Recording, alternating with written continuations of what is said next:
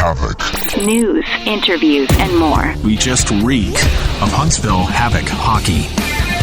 The Reekin Havoc podcast is back for another episode. I'm Tim Lambert. Our guest this week is no stranger, although his time on the ice was cut short by injury last year. We're talking about Dominick Procopio, who is one of the first signees for next season. Laura Pitts visited with the captain, and we'll get caught up with him in a minute. We'll give you a little hockey education via Hockey 101 and update you on signings that have started up for next season as well as the Reekin Havoc podcast continues.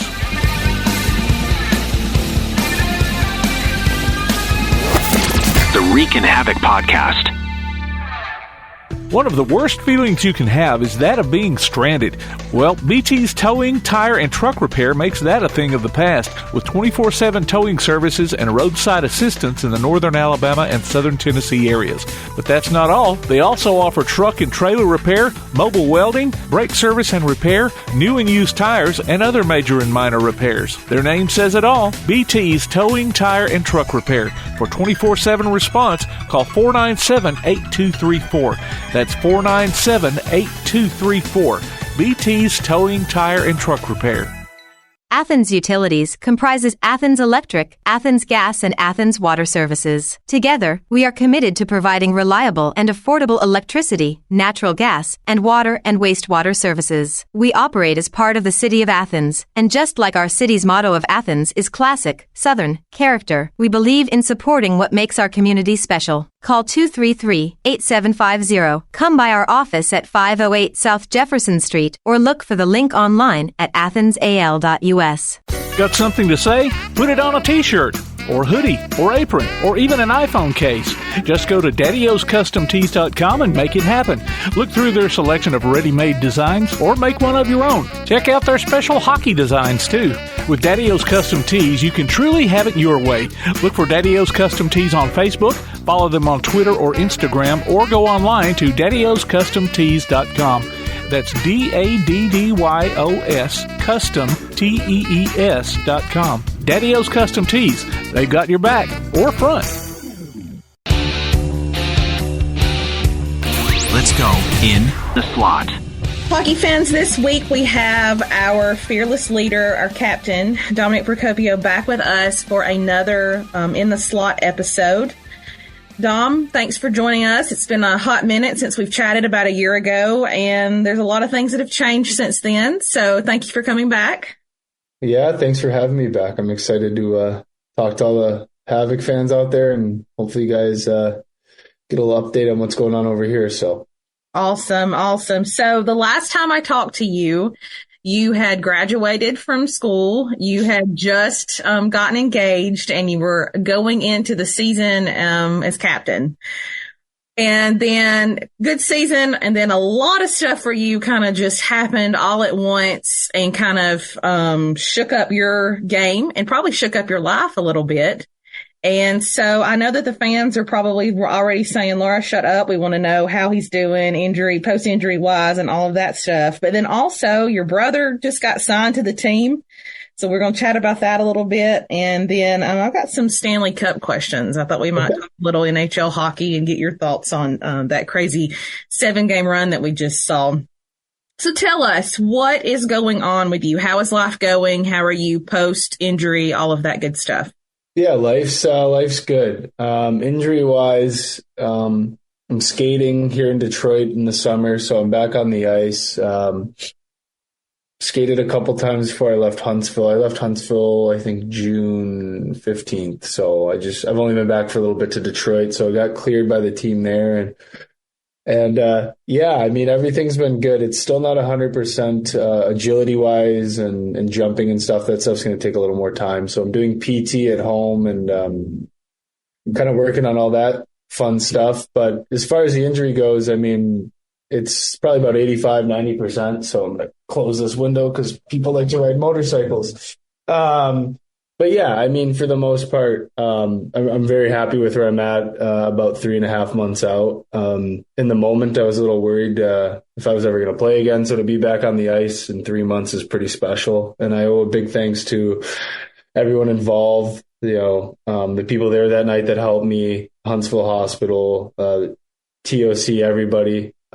Aaron Weeks at the Huntsville Hospital Medical Mall, PT, Cody Miller, our AT, Dr. Sabatini, just in great hands the whole time. And also a shout out to just all the Havoc fans and all the people that sent me get well messages and all that. That was meant a lot to me and Grace, and it's above and beyond, and it just reinforces the sentiment that we do have the best fans. So do you remember what life was like that night before that injury? Can you kind of take us into how the game was going? I mean, what you remember before all that? Yeah, I mean, to be completely honest, we were all going to Nashville that night as a team, and then we were going to spend the night there and then the next day there and then come back to Huntsville. So we're going to have a little getaway from Huntsville and just have some team bonding. So that added insult to injury, no pun intended, but everyone was in Nashville and I was in the ER. But yeah, I mean, it was just another game day, right? Early March, kind of gearing up for playoffs. I was really happy with the way we were playing and how I was playing. And yeah, it was just an ordinary game day. And, obviously got hurt and pretty early in the game and kind of changed the rest of the season for me. But, I mean, it's hockey. These things happen. You can't fear them too much because if you're worried about getting hurt, you usually do get hurt. And then, you just kind of got to roll with it. It happens. So you got to, what do we do from here kind of mentality. What exactly was your injury, if you don't care if we know exactly what you broke or? Yeah, I always get them mixed up. I want to say it was the fibula broke. To me, if you break your fibia or your tibia, you're just kind of fibula. I don't know. I am not a medical expert, so I think it was one of those bones broke. It was the one on the outside. So whatever, if anyone's listening that knows what's going on, it was that bone.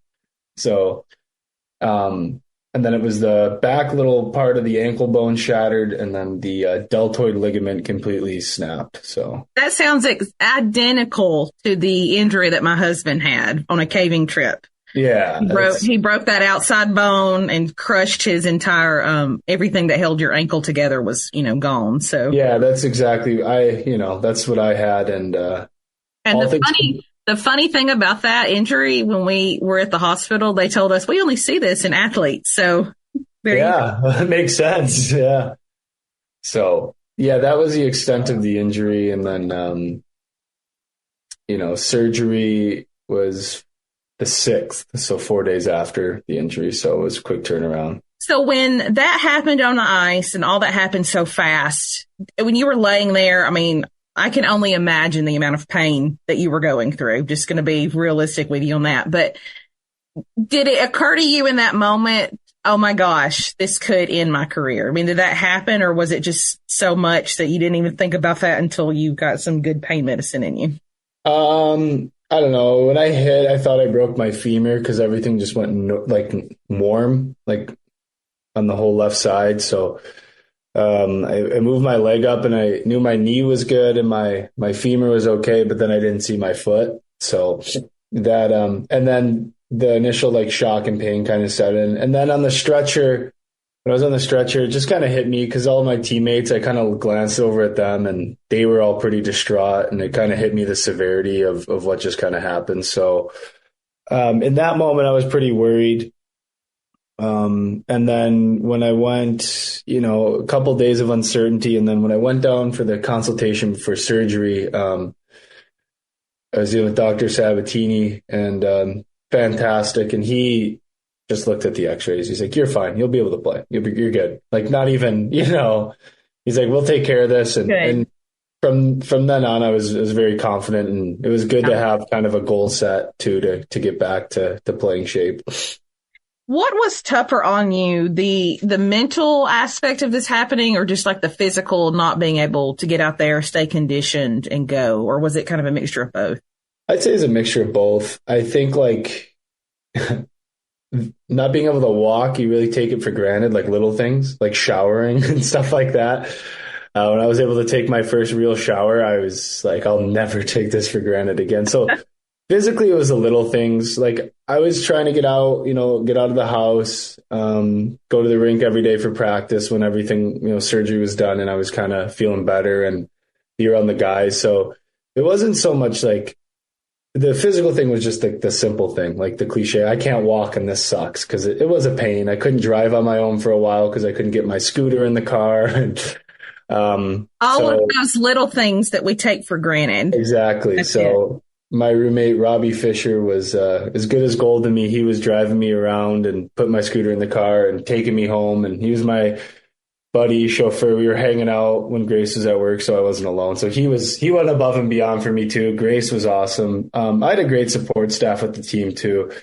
The mental part was just, as the season went on, it kind of hit you that, we're poised to do something special this year. And, being a part of it around the guys, they never made me feel less than and stuff. And I chose to try and be, kind of the captain, but a couple guys had to step up in the locker room there that were playing the games. And just kind of the way the season ended, it really hurt because, not being able to be out there, a lot of questions yourself, a lot of guilt maybe that, it's an uncontrollable, but it just kind of, wanting to be out there, win or lose that last game just with your teammates, right? So that was tough, the mental part for sure.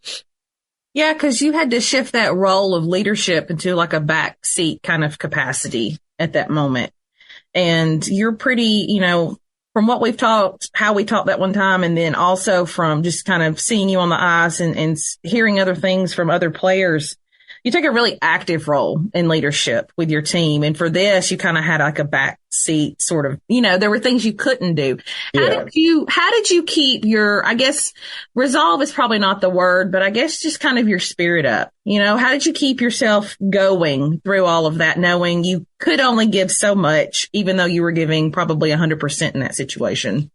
Yeah, I think part of that is the guys in the room, just being around them every day. I think it was pretty mutual. I know they were excited to see me kind of like a week after everything happened and that I was okay. And then, they did a bunch for me because I'm cooped up all the time. So being around them and just having a cup of coffee and shooting the breeze, I mean, it really made a big difference to me, and especially in the mental aspect of it. And for me, I mean, I just try not to change anything. Obviously, I'm not out there. I'm in the stands. I can see some stuff sometimes during games that guys you can't see on the bench, maybe only after in video. So, little adjustments here and there, especially with defensemen, nothing crazy, not coaching, but just trying to be involved with them.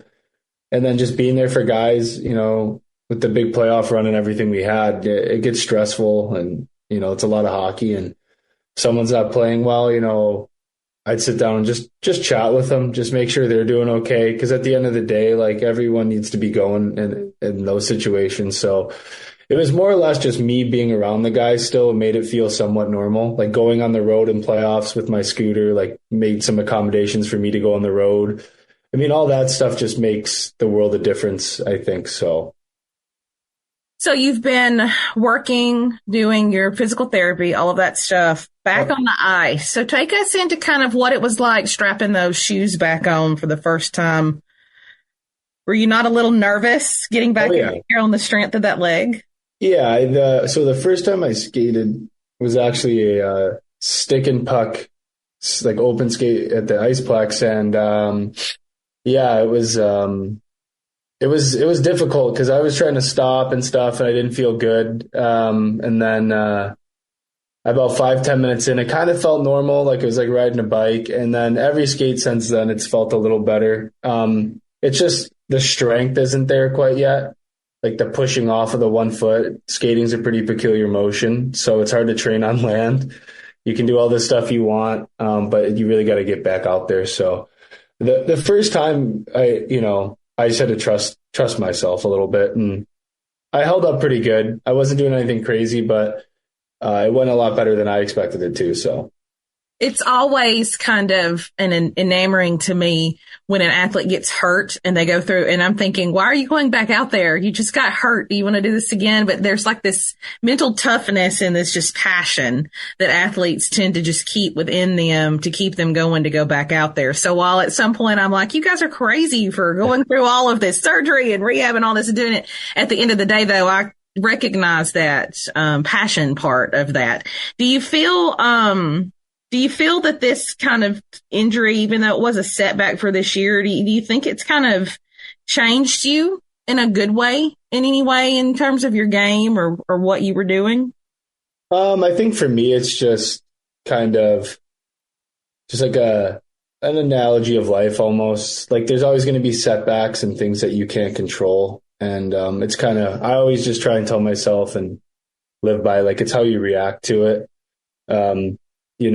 Like knowing I was able to play again, I set a goal that I wanted to, be able to come back in October and be ready to go. And, work towards that goal. Even when I'm in a walking boot, if, you can do, some stuff to help you out at home and just kind of go from there. So I think it's just kind of reinforced my kind of ideology of like, you just kind of have to push through even in the crappy times and work hard. And, if you set a goal, you try and stick to it. So I think for me, it's just another little, bump in the road.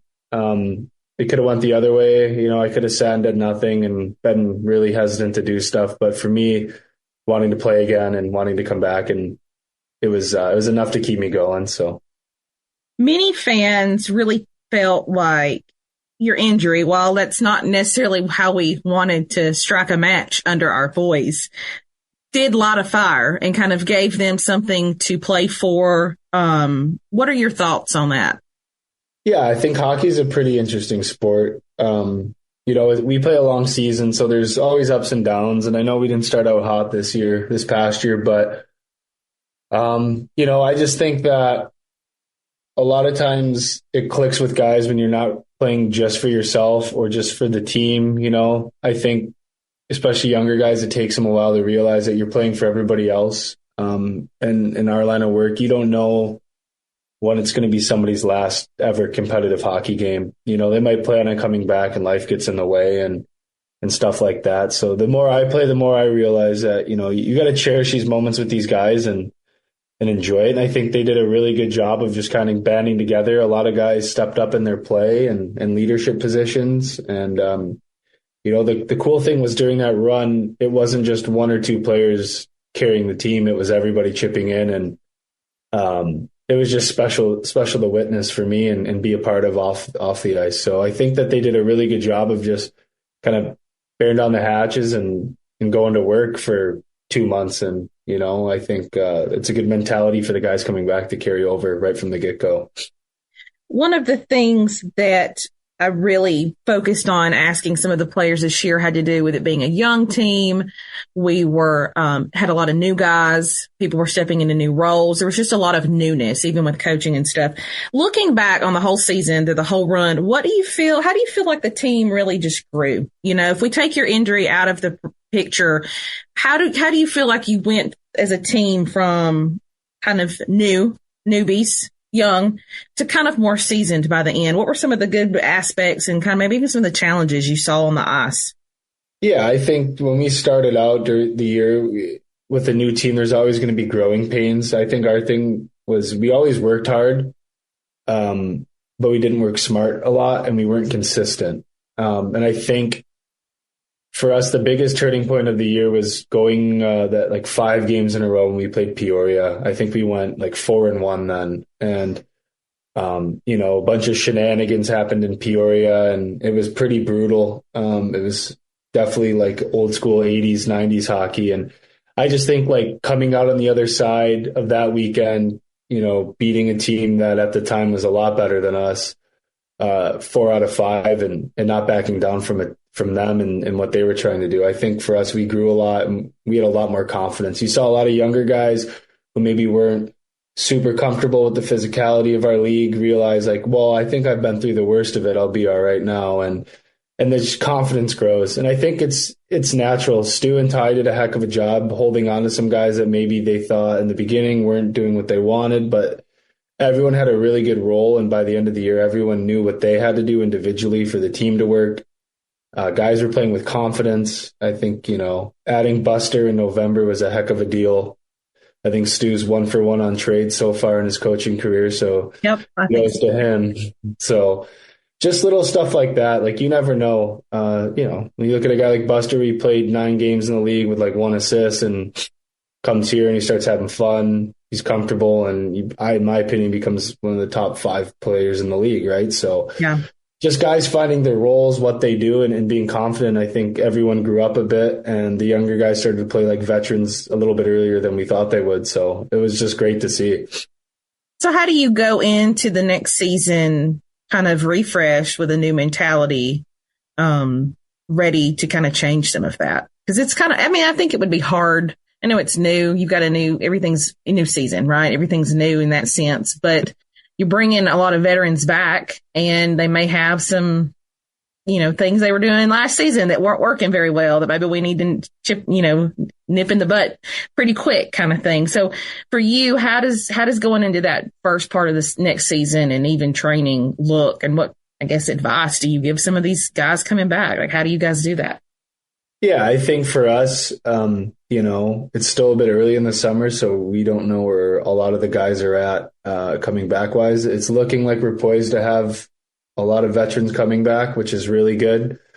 I think in this league, Havoc fans have seen it with, Nolan, Ty, Rob Dara, Cy, Max Malosic. You keep a good core around for a long time and you win.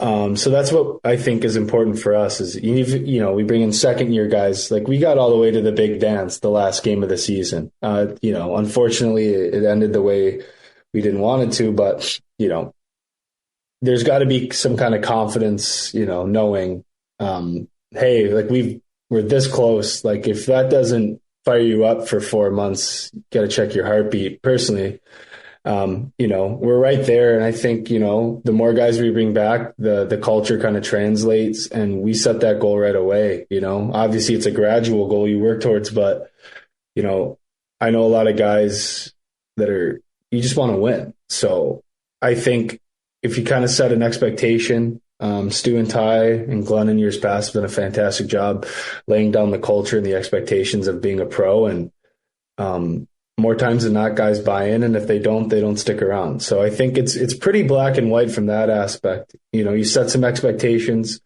Every guy who's coming back knows what they do successfully and they have to do to make us a successful team. So the young guys, you just got to let them play and see where they fit in. You got to build them up, make them confident, and make sure they're enjoying playing hockey. It's got to be fun, right? I know it's a job, but it's fun. So.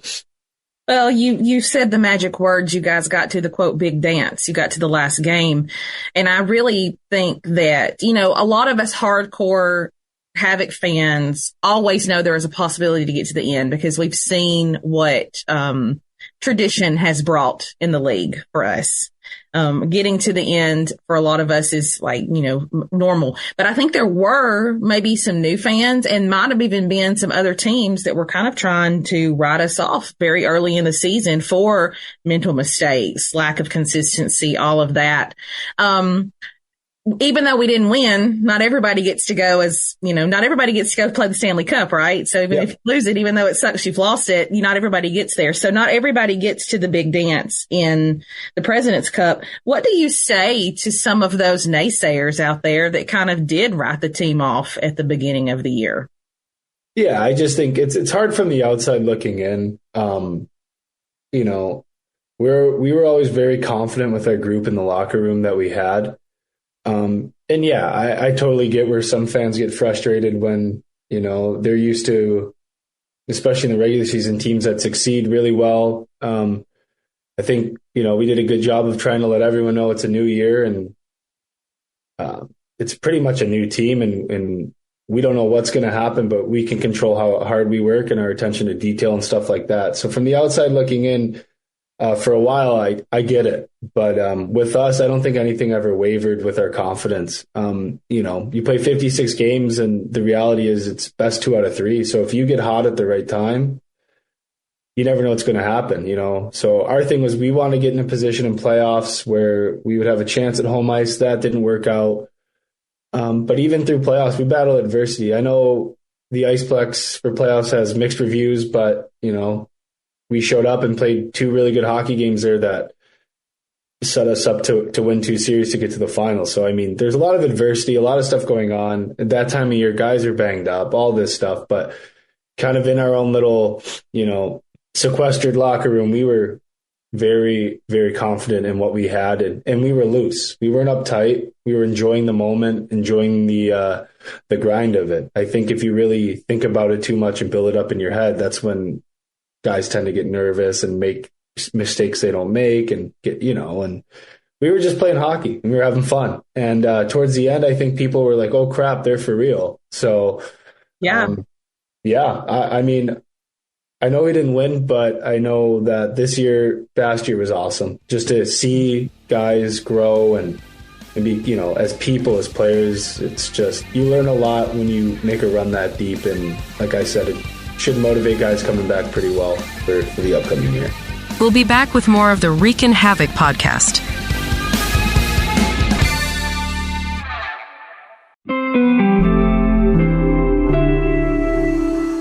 My name is Joel, and I came to St. Jude Children's Research Hospital in December of 1987 to be treated for osteosarcoma, which is bone cancer. We didn't know anything about St. Jude. We didn't know what they meant, or that, when we got here, what we would do, how it would be taken care of. And when we arrived, we found out that my family wasn't going to have to pay for any of my treatment, not for my medicine, not for travel, not for housing, not for food. St. Jude was going to cover all that. St. Jude supported me in every way, from, taking that financial burden off my parents to making sure that all of my family was included in this time. St. Jude literally means everything to me. I get to go home to my family tonight. I get to cook dinner for them. That's what you're giving. You are giving us everything by supporting St. Jude. So thank you so much. Finding cures, saving children. Learn more at stjude.org. This is Tyler Piacentini, and you are listening to the Reekin Havoc podcast. Speaking of motivating guys coming back, your brother, we've signed Giovanni this past week. So we're going to have to see how that motivation tends over on him.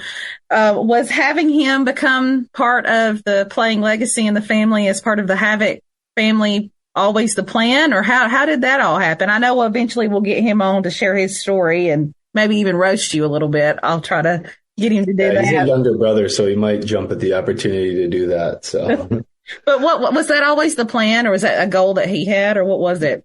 I don't think it was always the plan. I think it just kind of became an opportunity for him. And he's leaving school a year early, to finish online to play. And I think it was just an opportunity where he felt he was ready as a player to play at the pro level, and I agreed with him. And, we're going to have some turnover. It happens every year, and we're always looking for new guys. And Stu and Ty, I've been familiar with him. He's been down a bunch of times. He's skated, after practice just by himself at the VBC. And I think he was even like a freshman then. And, Glenn and Stu were like, oh, this guy's a good player. So, they've always kind of known about him. And then when he decided he wanted to make that jump, it's no brainer. I just, got him in touch with Stu and kind of went hands off, I know he's my younger brother and he's coming on my team, on our team, I guess now, but he's forged his own way in his career as well. So he's very deserving, and I think he's going to be a very good addition. Is this the first time that both of you have played on a team before, or? Yeah, together. Yeah. I'm 3 years older, so it never worked out.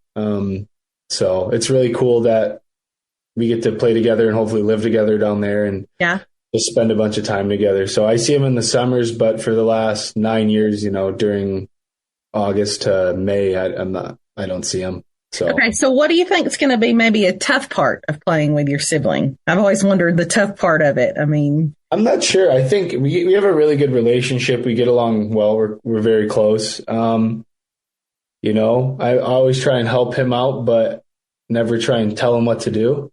So I always, if he ever needs anything, he knows he can come to me. But I'm never going to get on him just because he's my brother. For me, it's probably going to be a challenge treating him like everybody else a little bit.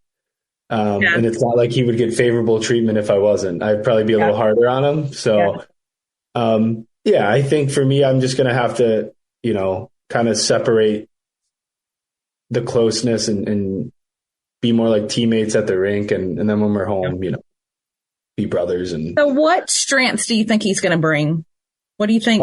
How does he, not only bring a strength, but also invoke the pack mentality, the culture? Yeah, he's a forward. He's a centerman, I think, naturally. Also plays wing, so he's pretty versatile, but he's very, very smart. He's a smart player, and he goes to dirty areas. A lot of his points in college were in front of the net, and I think that was a thing we lacked a lot last year, was just being around the net, because that's just where you score goals. So he's not afraid of going in the dirty areas, taking some punishment. He's very responsible all over the ice, defensive zone, offensive zone, great penalty killer. So he's got some things that are going for him right now that if he can translate to the pro game, he'll be an important part of the lineup. So I think for him, he's just got to focus on coming in and realizing it is pro hockey and there's no guarantees. So I know he's been really motivated at home, and he's very excited. So, I want him to succeed, and I'm going to try and help him as much as I can, but he's his own man, and he's going to be doing things, this summer to help him get ready to be a pro. So when it all came down to it, did he choose that he wanted to try to start his career here in Huntsville, or was it like, hey, actually you're wanting to do it, let me just make a few calls kind of thing? I think it's mostly him. I mean, I kind of told him like, hey, when he came down for family weekend when I was hurt, we were talking, and I was like, if you wanted to, just kind of joking around, I'm like, I'm sure you could play here next year. And he was like, oh, well, it'd be a pain in the butt to figure it out with school and all that. And I was like, well, think about it, just kind of.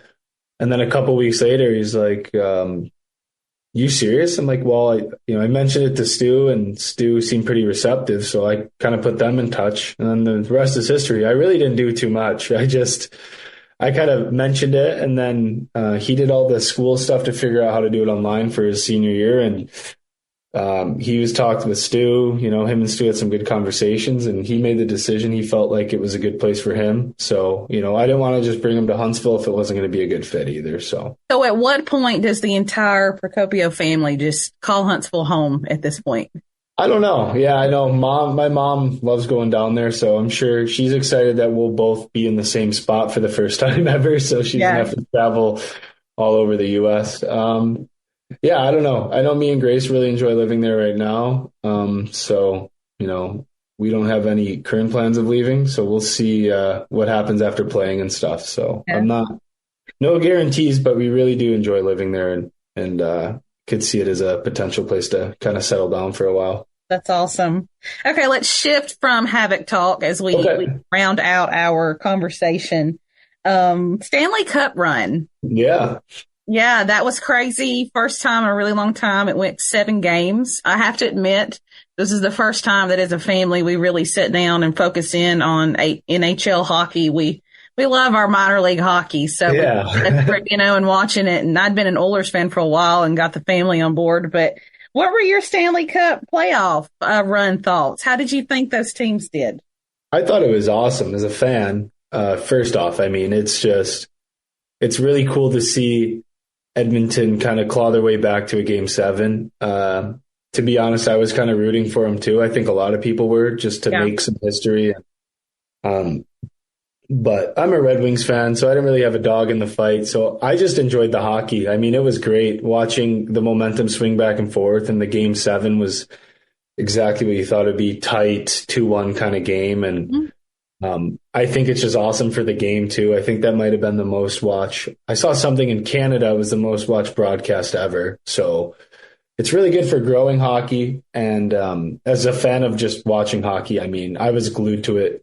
So I know Grace is happy playoffs are over, because when it's playoffs, I just sit in front of the TV, like eyes glazed over. We had our entire week wrapped around how we were getting to where to watch the game at night. And so, it's interesting you said it might bring back, some enthusiasm in hockey in general. I wonder how that works, though, in the South. It being, Florida winning and kind of bringing that here in the South where, hockey there's not that many, professional hockey teams riddled down here. So.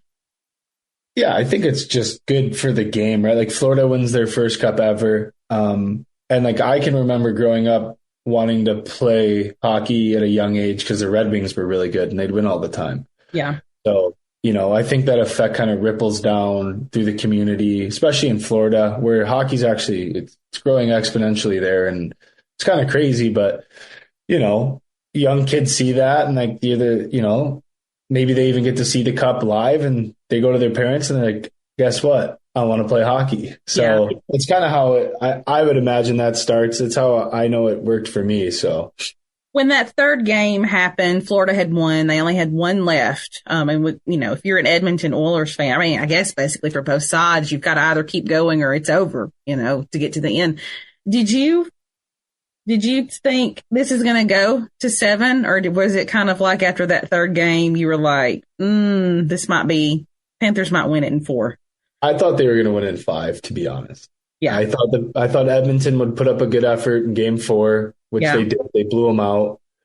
And then, I'm like, okay, when they go back to Florida for game 5, I bet that's when Florida's really going to kind of, clamp down and do what they have to do. And McDavid was just incredible. So I know he won the Conn Smythe on the losing team. I think that might be like the 3rd or 4th time that's ever happened, but I think he deserves it.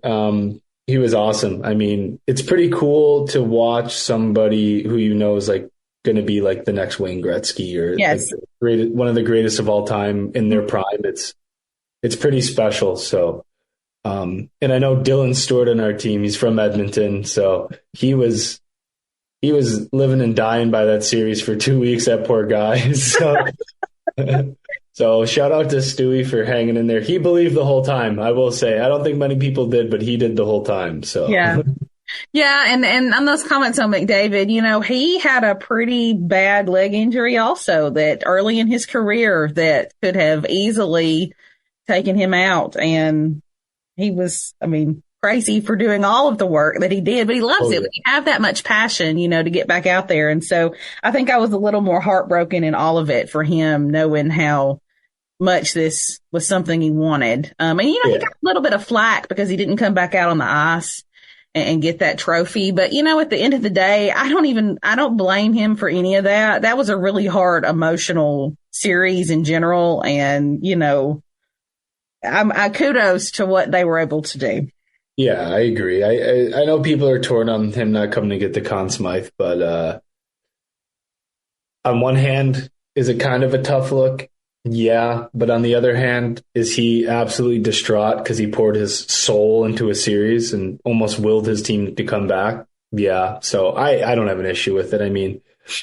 He's one of the greatest players of all time. So anyone that's really critical, try and be the greatest of all time at exactly one of the greatest of all time in anything you do. It's really hard. So yeah.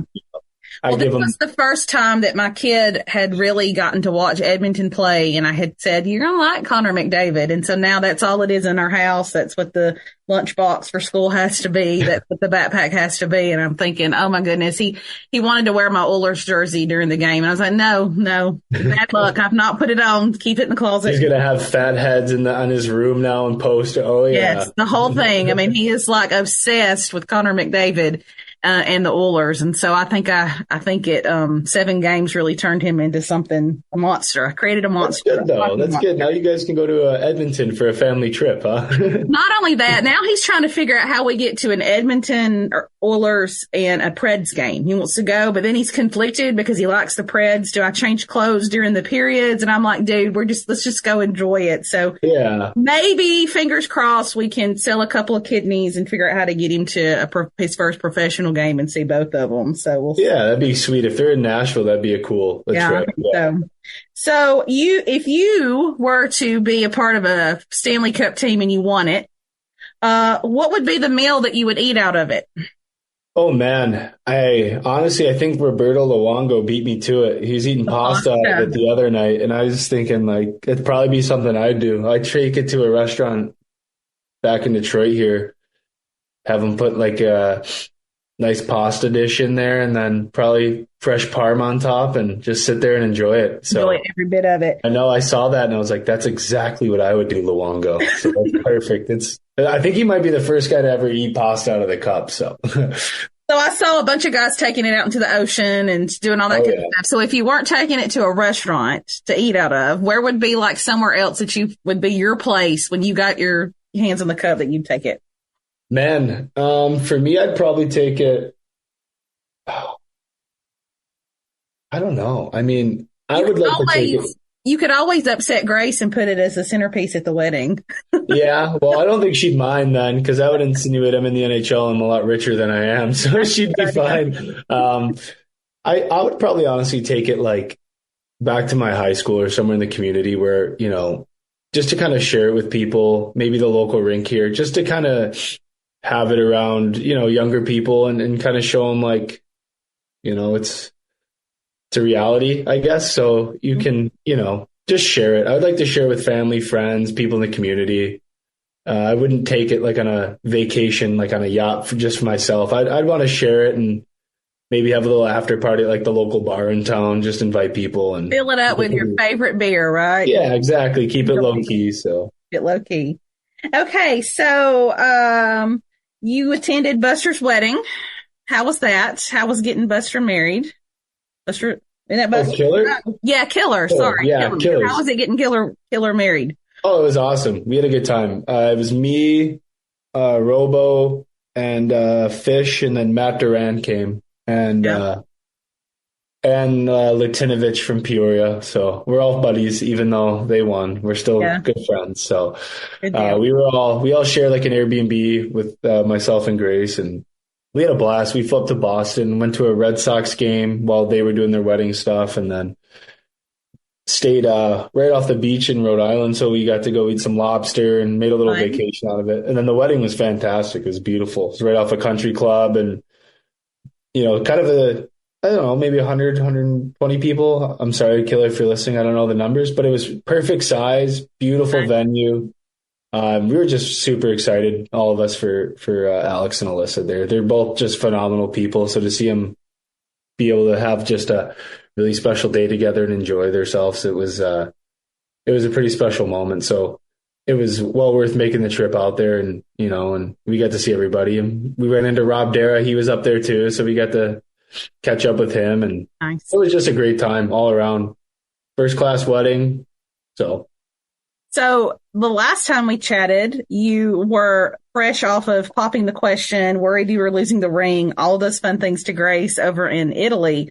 So do we have a wedding scheduled yet? So we're actually getting married in less than a month. We're getting married July 20th in Shreveport, Louisiana. So It's actually, about 3.5 weeks away. Wonderful. Yeah, so it's going to be hot, but we're indoors, so it should be good. So Good deal. Well, I'm glad to hear that, and I'm glad to hear that Grace is embracing the hockey, all the hockey stuff of this. She loves it. I think she likes it more than me sometimes, so it's fun. Okay, well, going forward, as the next season starts, what are you looking forward to most? What are you looking forward to? Yeah, I think it's nice to go home at the end of the year and kind of reset and kind of get back in the swing of, like, I don't know if you want to say normalcy or typical kind of routine, but, after a couple of weeks, you miss being around the guys, miss being around the group. So I'm really excited just to be back with all the guys in Huntsville and kind of get going, starting a new season. It's a really fun time. It's really exciting. There's a lot of stuff we do, like team building and getting to know new guys and kind of showing them the ropes. So it's just, there's nothing better when you're pulling into Huntsville and, the house is full with all the guys, and, you just get to hang out, have dinner, have a beer or two, catch up about the summer and go from there. It's one of the best parts about playing, in my opinion, just being back with your buddies. So I'm excited to see all of them. Well, we are looking forward to it starting again. I saw a meme yesterday of somebody just sadly sitting on their couch wondering when hockey was going to start again. And I thought that really resonates in my bones for the first time. I used to feel that way about, college football, and now I really feel that way about hockey. So I think we are all looking forward to it. Dom, thank you for taking a little bit of time chatting with us. All that good stuff. Glad to hear that you were back out on the ice. I was hoping that would be the case, that you're out there skating. Try to stay, steer clear of anything for the next 3 weeks, because you got a wedding you've got to get through. and all that good stuff. And maybe the next time we have our update, you'll be a married man, and and all that fun wedding bliss will have hit. So appreciate you so much, and we are so thankful. I'm sure, for every Havoc fan out there, that we're just thankful that your spirits are up, that you're coming back, that you've got such a good mentality through all this adversity. We love you as our captain, but we also just really care about you and your well-being. So thank you for stopping by.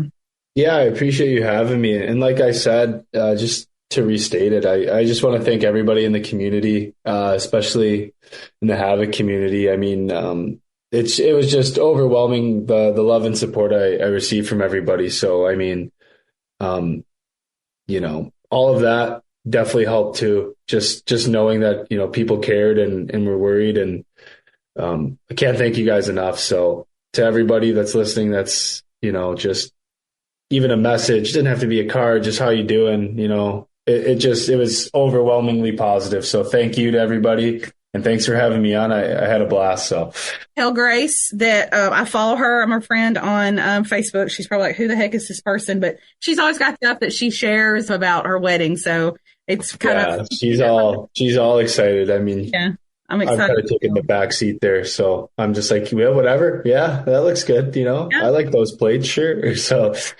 Well, thank you so much. I really appreciate you, and we will chat again in the future. Make sure your little brother knows that his time's coming to come in. Oh, I will. I told him today. I'm like, you're going to be doing one of these soon. He started laughing. He's like, really? I'm like, oh yeah. So yeah. I'll let him roast you a little bit. We'll see. Yeah, he needs to. I'm sure he's got some stuff from our childhood he could get off his chest as a little brother. So. Well, thank you again. And Havoc fans that are out there listening, some of you may have jumped on today's episode not knowing anything about our captain, hearing it for the first time. I encourage you to go back in our archives. I think it was maybe the second, maybe third episode we did when we started the podcast, when we brought Dom on and kind of got him to share his story. So I highly encourage you to go back and listen to that. And if you're sad and depressed like I am in my household because there's no hockey, let's just keep holding ourselves together, because October will be here before we know it. We'll be back at the VBC, and we will be seeing our captain out there with, sharing his last name now on the ice with his brother. So looking forward to that. And as always, everyone, stay sharp in the slot and keep reeking of Huntsville Havoc hockey. The Reekin Havoc Podcast.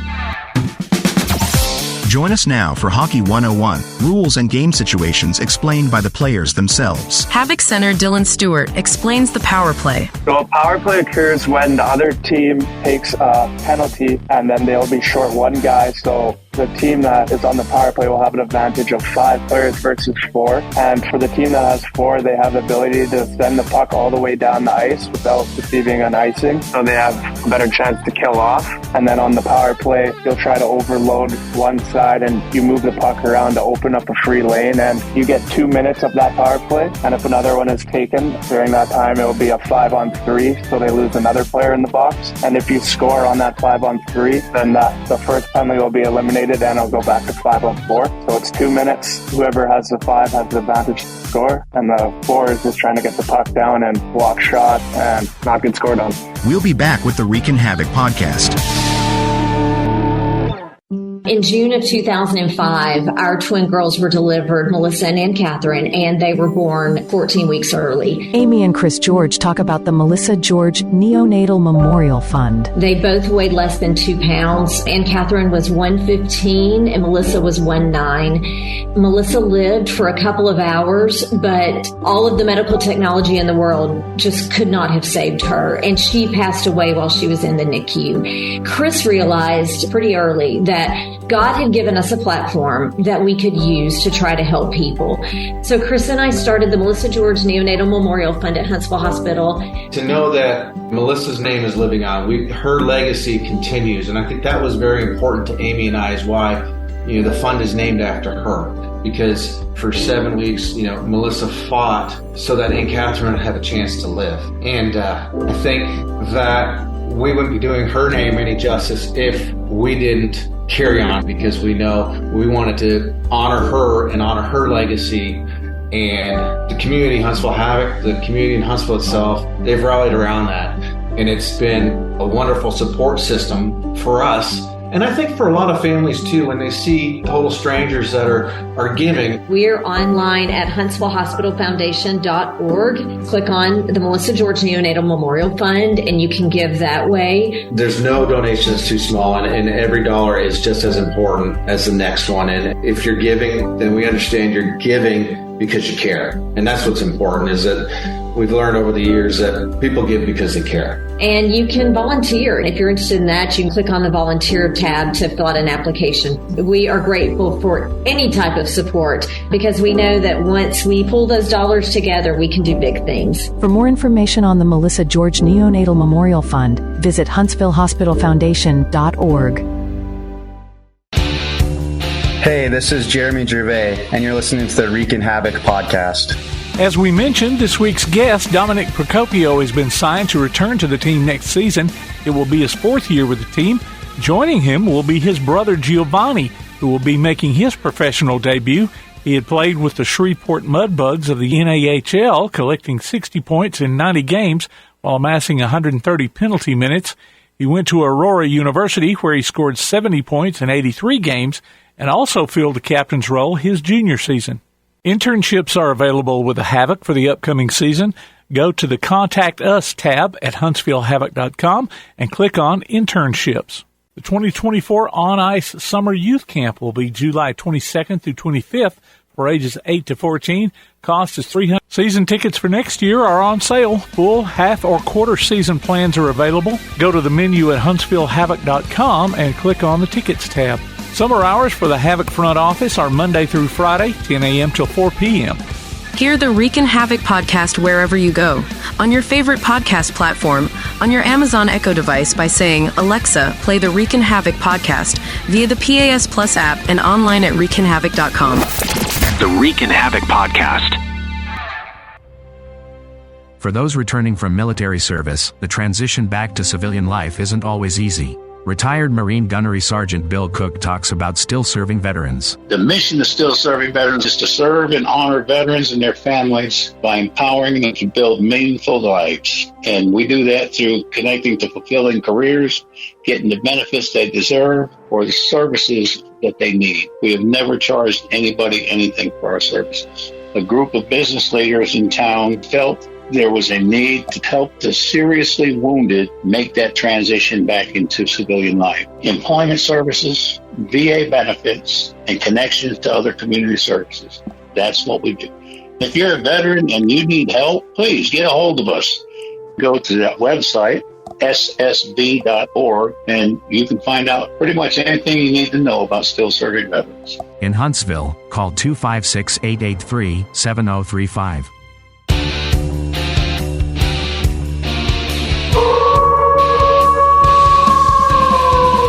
For tickets, official Huntsville Havoc merchandise, and more, go to HuntsvilleHavoc.com.